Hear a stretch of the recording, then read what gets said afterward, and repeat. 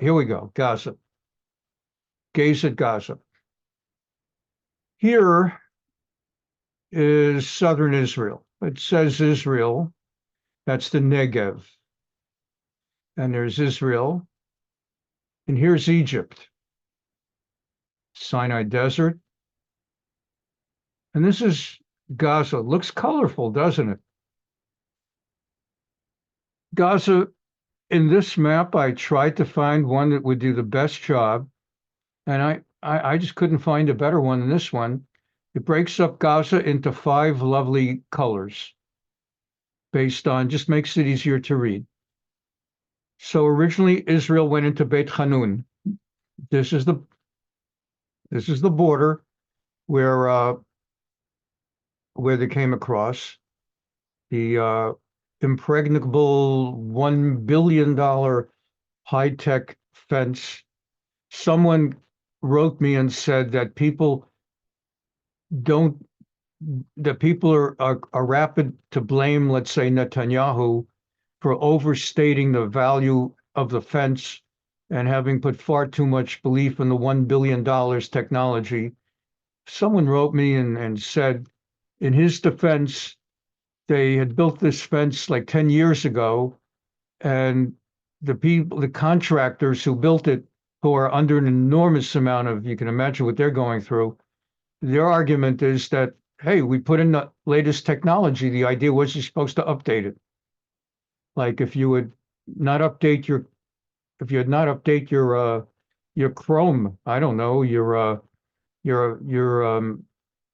email, your Outlook, your Gmail, if you don't update it in 10 years, the technology no longer is going to be the same. It's no longer cutting edge.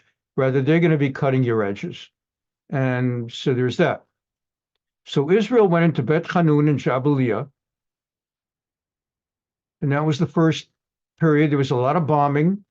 They basically bombed it into the Stone Age, Flintstone bedrock. And there were very few casualties. They turned it into rubble.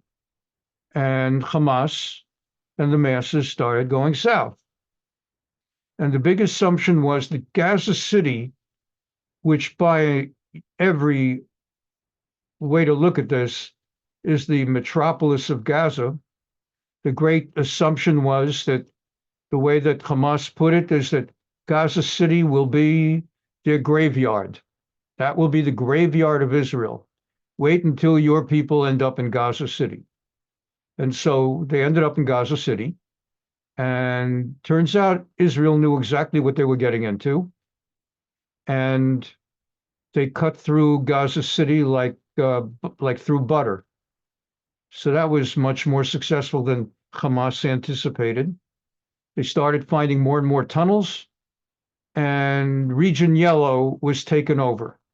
And Hamas started moving down south more, and the people started going south. And then they got into Section 3, Deir al-Bala, and that one's done. With Nuseirat was their main, that's sort of the main city that when they first came in there. And that upper 60% is now sort of done. And part of Israel's problem is that as they moved into Khan Yunis, and the Arab population has moved farther south into Rafiah, which for some reason is written in English as Rafah. It's Rafiah, and it's not that hard to spell, to put an extra I in there in English, but for some reason they don't.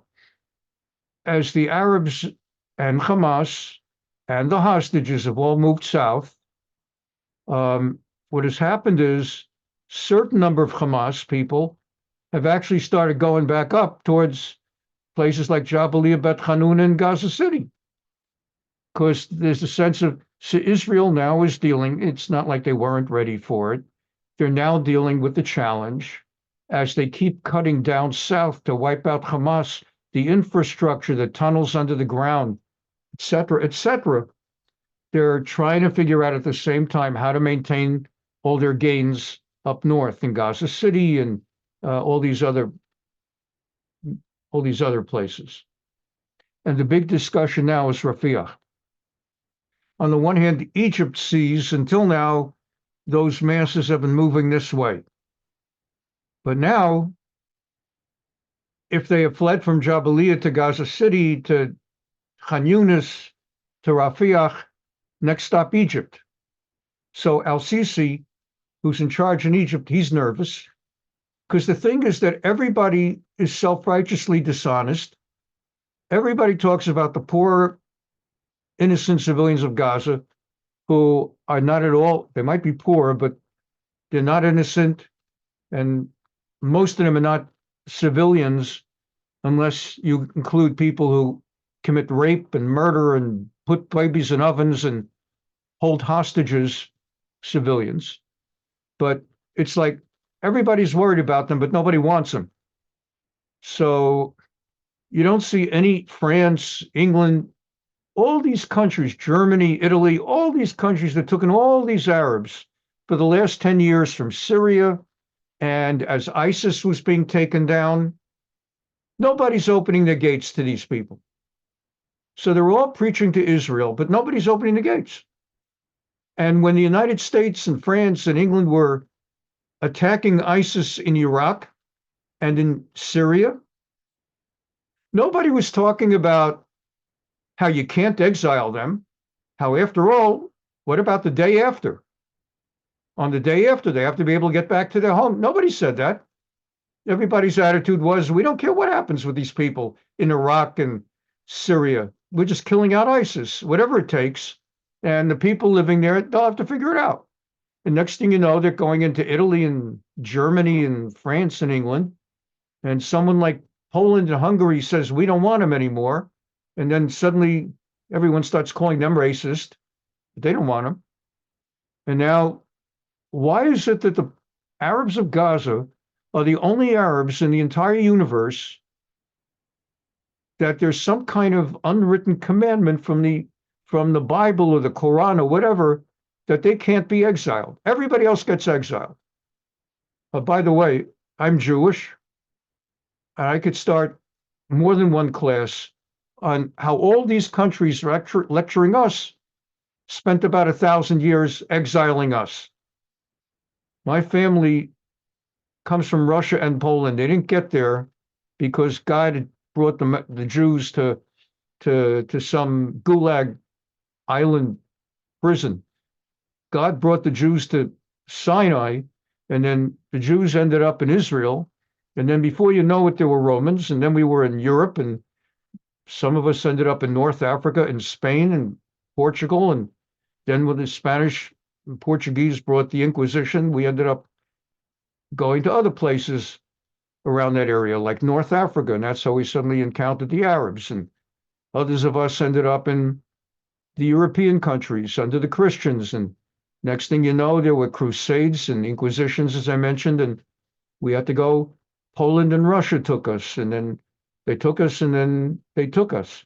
And you know the story.